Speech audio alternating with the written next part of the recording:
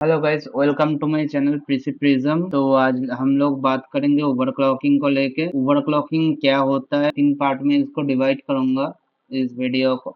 और first part है overclocking कैसे करते हैं और ओवरक्लॉकिंग क्या होता है। ये दो चीजें मैं डिस्कस करूंगा पहले पार्ट में। सेकंड पार्ट में मैं डिस्कस करूंगा कि ओवरक्लॉकिंग कौन सा प्रोडक्ट में, मतलब पीसी का कौन सा पार्ट में ओवरक्लॉकिंग कर सकते हो आप लोग, ये।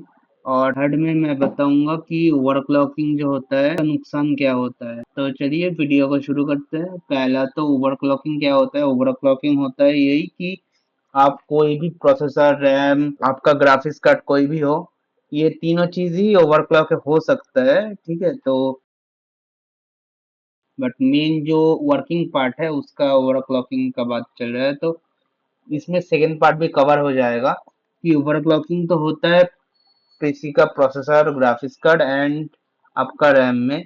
ये तो मेरा सेकंड पार्ट भी कंप्लीट हो गया इसमें, तो आप लोग जान गए कौन सा पार्ट में आप ओवरक्लॉक कर सकते हो। और अब आ जाते हैं फर्स्ट पार्ट में कि ओवरक्लॉक होता क्या है। ओवरक्लॉक होता है कि ये जो तीनों चीजें हैं, इन तीनों चीजों को आप, जो भी आपका प्रोसेसर या ग्राफिक्स कार्ड या रैम होगा, उसका जो खुद का परफॉर्मेंस होगा ना, उससे आप थोड़ा ज्यादा परफॉर्मेंस निकाल सकते हो। आप लोग मान लीजिए कि जो आपका प्रोसेसर है वो 2.4 गीगाहर्ट्ज तक चलता है, उसको आप 4 गीगाहर्ट्ज तक चला सकते हो ओवरक्लॉक करके, या फिर उससे भी ज्यादा ले जा सकते हो। उसमें देखना पड़ेगा कौन सा प्रोसेसर है। और आपका जो रैम होता है उसका मेगाहर्ट्ज आप बढ़ा सकते हो, मतलब किसी का 6000 मेगाहर्ट्ज है, उसको आप 7-8,000 मेगाहर्ट्ज तक भी ले जा सकते हो। तो ऐसे करके आप ओवरक्लॉकिंग करके इसका जो इसका पावर है वो बढ़ा सकते हो। तो इसमें आपका होता है कि आपको कम पैसों में, या आपका पुराना सिस्टम है तो उसको आप थोड़ा बूस्ट करके, जो नया सॉफ्टवेयर एंड नया जो चीजें आते हैं, मतलब नया ओएस जो आता है विंडोज का, या फिर आप नया जो आपका सॉफ्टवेयर आता है, तो वो सपोर्ट कभी कभी पुराना हार्डवेयर में नहीं लेता है, तो उसके लिए आप थोड़ा बूस्ट कर लीजिए। तो उससे आपका क्या होता है कि आप ज्यादा परफॉर्मेंस निकाल सकते हो उसके लिए। तो यही मेन फंडा है कि आप ज्यादा से ज्यादा, आपका पुराना पीसी हो या आपने कोई i5 लेके रखा है, तो आप उसको थोड़ा बूस्ट करके करीब करीब i7 के जैसा ले आ सकते हो। मतलब आपने आप पकड़ के चलिए कि आपका 13 जेन या 12 जेन का, आप 12 जेन ही मान लो, 12 जेन का i5 है, मतलब 12 600K है। जैसे इधर है ना। और एक चीज कि इंटेल में जो होता है ना, इंटेल में ये लास्ट जो के वाला सीरीज होता है, मतलब ये जो के वाला सीरीज, यही सिर्फ ओवरक्लॉक हो सकता है और कोई प्रोसेसर ओवरक्लॉक नहीं हो सकता है। बट राइजन में जो प्रोसेसर होता है वो हर एक प्रोसेसर ओवरक्लॉक हो सकता है। हर एक, मतलब उसमें कोई सीरीज नहीं मतलब देखा जाता है। हर एक प्रोसेसर ओवरक्लॉक हो सकता है, हर एक मदरबोर्ड में हो सकता है।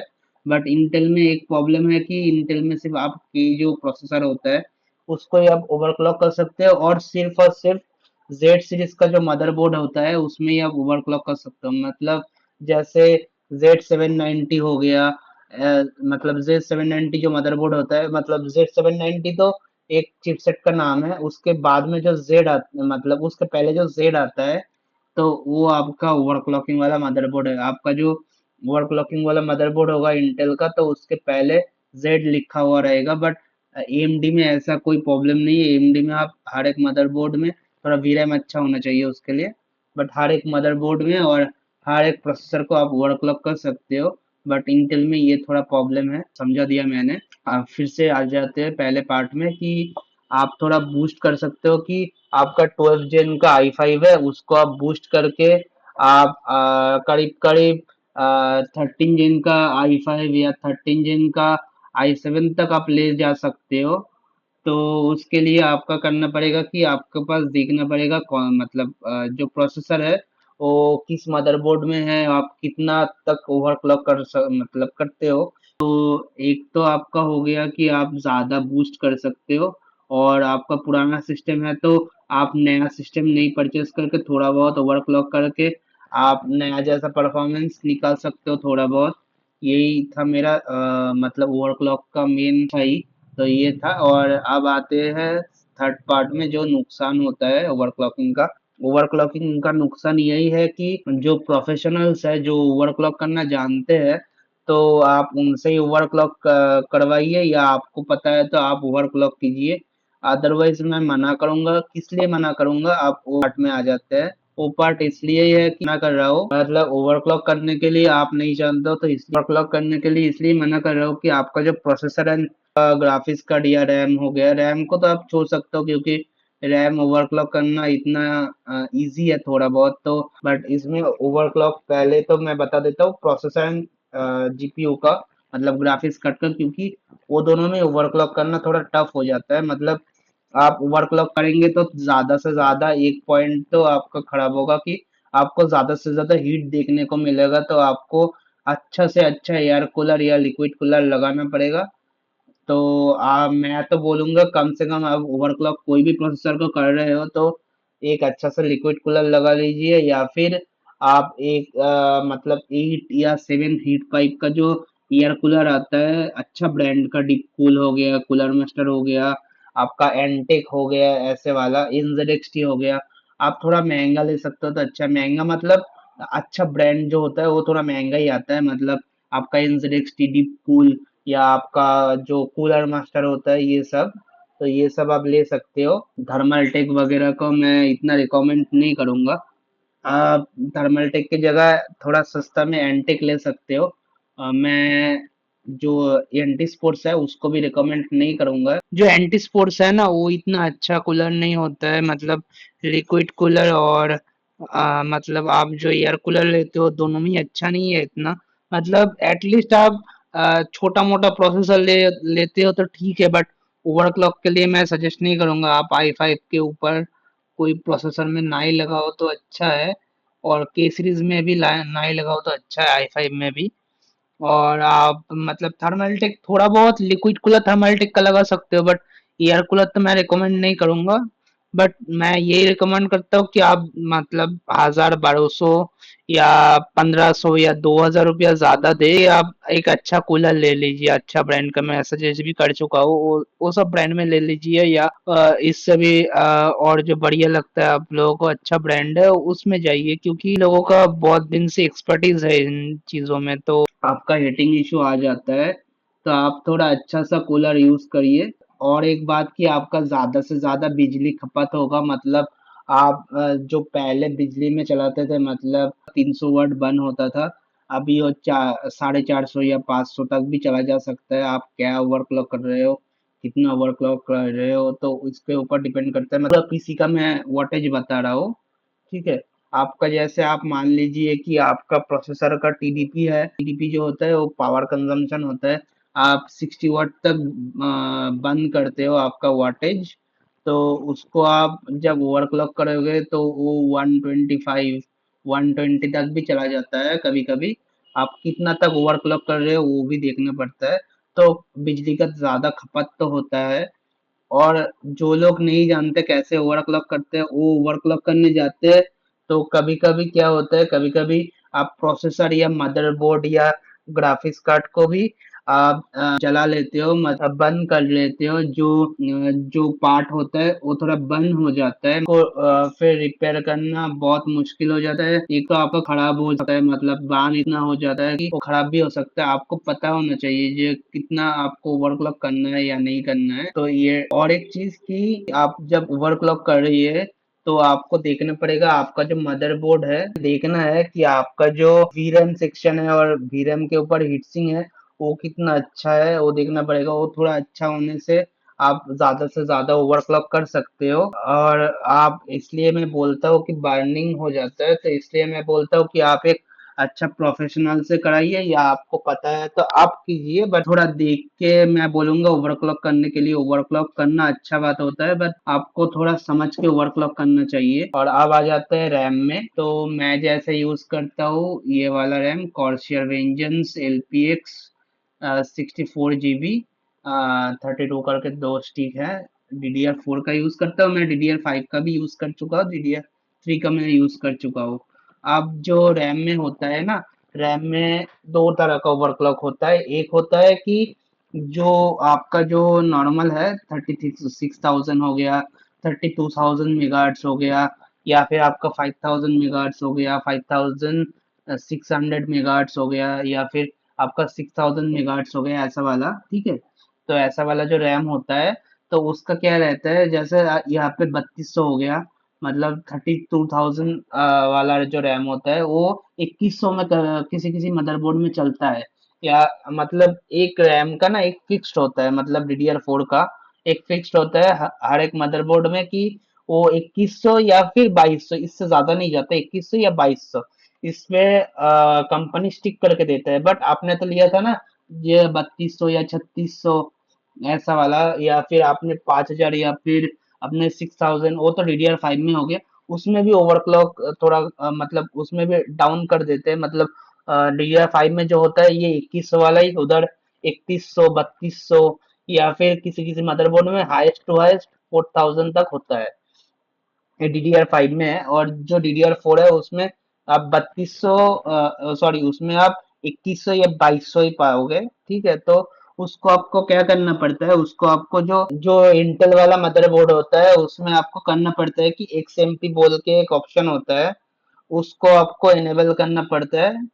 उसके बाद आपको प्रोफाइल 1 या फिर प्रोफाइल 2 जो सेट होता है उसको ही आपको चूज करना है, तो ही आप 3200 या 3600 कर सकते हो। उसके बाद आप बढ़ाते हो तो मैनुअली ओवरक्लॉक करते हो, उसके जितना आपका मेगाहर्ट्ज है उसका उतना तक आप ओवरक्लॉक करते हो। ओवरक्लॉक नहीं बोल सकते, मतलब थोड़ा स्पीड बढ़ाते हो, क्योंकि ये तो 3200 का ही या 3600 का ही आपका रैम है ना, वो तो ओवरक्लॉक नहीं हो सकता, वही तो उसका फर्स्ट लिमिट है ना, यही इसका फर्स्ट लिमिट है, मतलब इतना तक तो जाएगा ही। तो इसको ओवरक्लॉक नहीं बोलेंगे, इसको थोड़ा स्पीड बढ़ाना बोलेंगे, मतलब मदरबोर्ड में जो लॉक होता है उस लॉक को ओपन करना होता है, तो वो आप उसको XMP प्रोफाइल लिखा होगा, जो इंटेल वाला मदरबोर्ड है उसको ऑन कर लीजिए, उसमें आप प्रोफाइल 1 में चला जाइए, प्रोफाइल 1 या 2। ये भी मैं दिखाऊंगा कैसे ओवरक्लॉक रैम को करते हैं, इंटेल या AMD में, दोनों में ही मैं दिखाऊंगा, बट वो सेकेंड पार्ट में आएगा। और आप आ जाते हैं मैनुअली ओवरक्लॉक में। और सॉरी, और एक चीज मैं भूल गया था, वो है AMD में जो आप कर सकते हो। AMD में भी ये XMP को उधर XMP नहीं मिलेगा AMD में, उधर मिलेगा EXPO प्रोफाइल, तो उसमें जाके आप प्रोफाइल 1 या प्रोफाइल 2 चूज कर सकते हो, XMP की तरह ही है।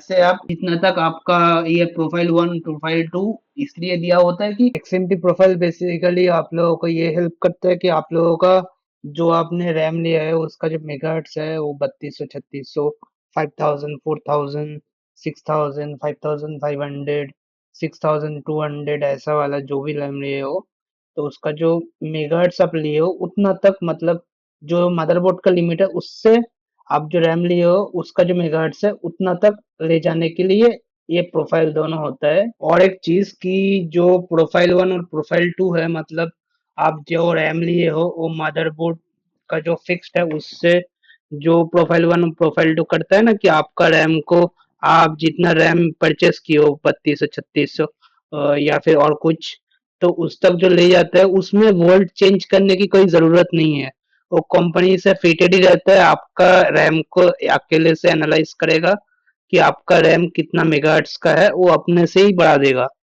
मतलब उसमें आपको चूज करने के ऑप्शन नहीं मिलेगा, आप 3200 करो या 3600 करो, वो चूज करने की ऑप्शन नहीं मिलेगा। प्रोफाइल 1 प्रोफाइल 2 में यही मिलेगा, AMD हो और इंटेल हो, उसमें आपको यही मिलेगा कि आप एक ही चूज कर सकते हो, मतलब प्रोफाइल 1 प्रोफाइल 2 किए तो दोनों में कोई एक मिलेगा। तो किसी किसी मदरबोर्ड में दोनों ही सेम ही रहता है, बट अलग अलग नेम से रहता है, तो आप कोई भी चूज करो ना आपका वही मिलेगा, मतलब आप जितना मेगाहर्ट्ज का रैम लिए हो वही मिलेगा, तो उसमें वोल्ट भी अपने आप से एडजस्टमेंट हो जाता है, उसमें वोल्ट चेंज करने की जरूरत नहीं होती है। मैनुअल के लिए जरूरी होता है कि आप वोल्टेज चेंज करो, वो जरूरी हो जाता है, जब आप मैनुअली ओवरक्लॉक करते हो तब आपको वोल्टेज चेंज करना जरूरी पड़ जाता है। ये तो हो गया मतलब जो नॉर्मल ओवरक्लॉक होता है, जितना आपका रैम का मेगाहर्ट्ज है उतना तक ले जाना।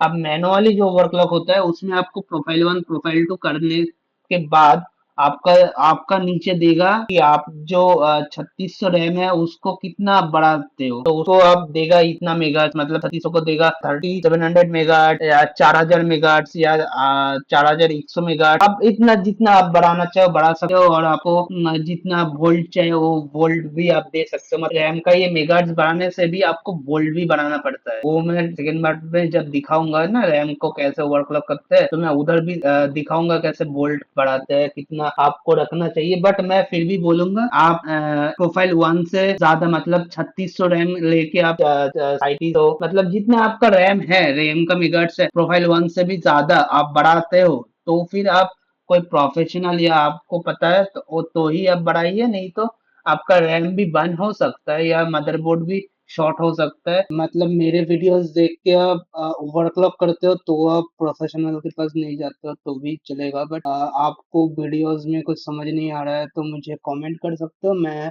फिर से एक वीडियोस बना दूंगा। बट आपको मतलब कुछ डाउट हो रहा है, कि आपको खुद से डाउट हो रहा है, आप खुद नहीं जानते हो, तो आप प्रोफेशनल के पास जा सकते हो, नहीं तो आप अपने से खुद से या फिर मेरा वीडियोस देख के आप ओवरक्लॉकिंग अच्छे से कर सकते हो। मेरा इसके बाद भी ओवरक्लॉकिंग का लेके वीडियोस आएगा, वो कैसे ओवरक्लॉकिंग करते हैं वो मैं दिखाऊंगा सिस्टम में। ग्राफिक्स कार्ड, प्रोसेसर और रैम का होगा, तो आप उस वीडियो को देख के आप ओवरक्लॉक कर सकते हो। आपका सिस्टम जो है वो प्रोसेसर या रैम या जो आपका ग्राफिक्स कार्ड है, कोई भी ओवरक्लॉक करने से अनस्टेबल भी हो सकता है, तो आप किसी से भी ओवरक्लॉक कीजिए या खुद से ओवरक्लॉक कीजिए, तो आप देख लीजिए कितना करना है आपको, नहीं करना है थोड़ा देख के करिए, इतना ही मैं बोलूंगा। बेसिकली जो भी करो आप जान के करो, तो फिर कोई प्रॉब्लम नहीं आएगा, कोई सिस्टम का डिले नहीं आएगा, कोई सिस्टम में कोई गड़बड़ी नहीं आएगी। बट आपको जानना है कैसे करना है और कितना करना है बस, और ठीक ठीक पार्ट लगाना है, मतलब हीट नहीं होना चाहिए। और कुछ चीजें मैं जो बोला ना कि ये प्रॉब्लम होता है, तो उस प्रॉब्लम को थोड़ा एनालाइज करके ये प्रॉब्लम नहीं होगा, ऐसे वर्क करना चाहिए आप लोगों को, तो आपका सिस्टम का कोई अनस्टेबिलिटी कोई भी प्रॉब्लम नहीं आएगा। अनवांटेड स्पाइक हो गया आपका, मतलब वोल्टेज फ्लक्चुएशन, कंप्यूटर बंद हो जाना, विंडोज करप्टेड हो जाना, अनस्टेबल हो जाना, ये सब कुछ नहीं होगा। बंद हो जाना मदरबोर्ड या कोई भी आप चीज ओवरक्लॉक कर रहे हो तो वो चीज ये बंद वगैरह कुछ नहीं होगा, बट आपको जान के करना पड़ेगा सिर्फ, और तो कुछ बताने के लायक नहीं है। तब जितना हो सकता है मैं आपको समझाने की कोशिश किया, क्या आपका प्रॉब्लम हो सकता है ओवरक्लॉक लेके, क्या मदद हो सकता है ओवरक्लॉक लेके। ओवरक्लॉक चीज अच्छा है, बट आपको पता होना चाहिए कैसे करना है, बस इतना ही था। तो फिर नेक्स्ट वीडियो में मिलते हैं, पहले रैम को ओवरक्लॉक करना दिखाऊंगा, फिर सीपीयू को ओवरक्लॉक करना दिखाऊंगा मैं, फिर जीपीयू को ओवरक्लॉक करना दिखाऊंगा। तो मेरे चैनल में बने रहिए, और भी वीडियोस आएंगे, तो आप प्लीज कमेंट कर दीजिए। ये मेरा पहला वीडियो था, तो भूल चूक होता है तो थोड़ा माफ कर दीजिएगा, तो प्लीज कमेंट कर दीजिए, मैं उसको देख के मैं पहले क्रॉस चेक कर लूंगा एक बार। जेन्युइन प्रॉब्लम होगा तो मैं नेक्स्ट वीडियो में वो भी कवर अप कर दूंगा कि कौन सा गलती हुआ है मुझसे, और मेरा और कुछ चेंजेस करना है तो भी कमेंट कर दीजिए। और कुछ जानना है नेक्स्ट वीडियोस किस में आएगा और कुछ जानना है तो प्लीज कमेंट कर दीजिए। आज का वीडियो मैं यहीं पे एंड करता हूँ, चलो बाय गाइस, नेक्स्ट वीडियो में मीट करते हैं दूसरे कोई टॉपिक लेके। और please subscribe my channel PC prism, and like and comment and share कर दीजिए मेरे वीडियोस को।